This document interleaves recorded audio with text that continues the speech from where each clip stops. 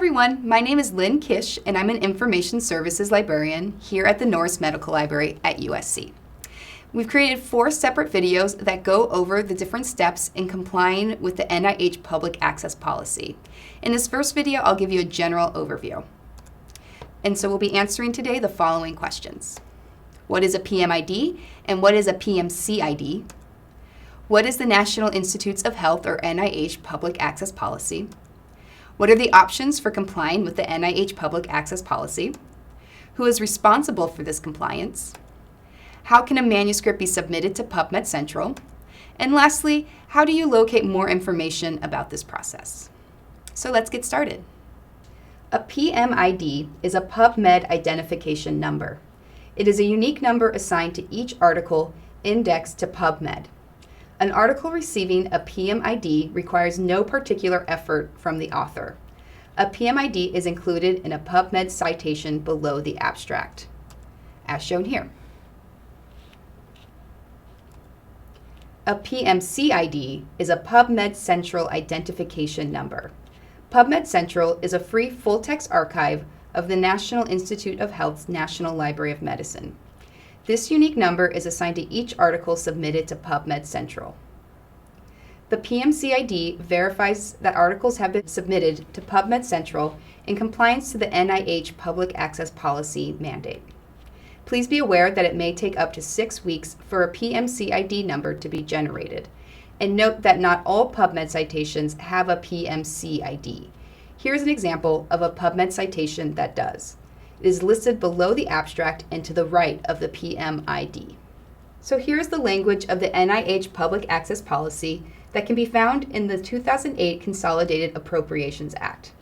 The Director of the National Institute of Health shall require that all investigators funded by the NIH submit or have submitted for them to the National Library of Medicine's PubMed Central an electronic version of their final peer-reviewed manuscripts upon acceptance for publication to be publicly available no later than 12 months after the official date of publication, provided that the NIH shall implement the public access policy in a manner consistent with copyright law.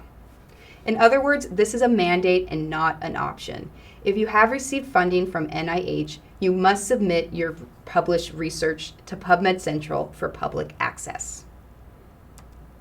So let's go over who this mandate applies to more specifically. If your manuscript is peer-reviewed, accepted for publication in a journal on or after April 7th, 2008, and arises from any direct funding from an NIH grant or cooperative agreement active in fiscal year 2008 or beyond, or any direct funding from an NIH contract signed on or after April 7th, 2008, or any direct funding from an NIH intramural program or an NIH employee. Then the public access policy applies to you. Failure to comply can detrimentally affect future funding opportunities from the NIH. You may be wondering who specifically is responsible for ensuring compliance. The answer to that question is the individual who is named as the principal investigator or PI or program director on the grant application sent to NIH. So, in Method A, the publisher automatically deposits the manuscript on your behalf. In Method B, you ask the publisher to deposit the manuscript on your behalf, and a fee may be involved. In Method C, you do it yourself via the NIH Manuscript Submission System, or the NIHMS. Or Method D, you and the publisher work together to deposit the manuscript using NIHMS. So let me show you where to access more information. The main website for the public access policy is publicaccess.nih.gov. Click Policy Details to learn more about the applicability of the mandate. For more details regarding the 4 methods of submitting, under Managing Papers, select Submitting Papers. In addition to a general overview of all 4 methods, they also provide step-by-step instructions and best practices for each of the methods.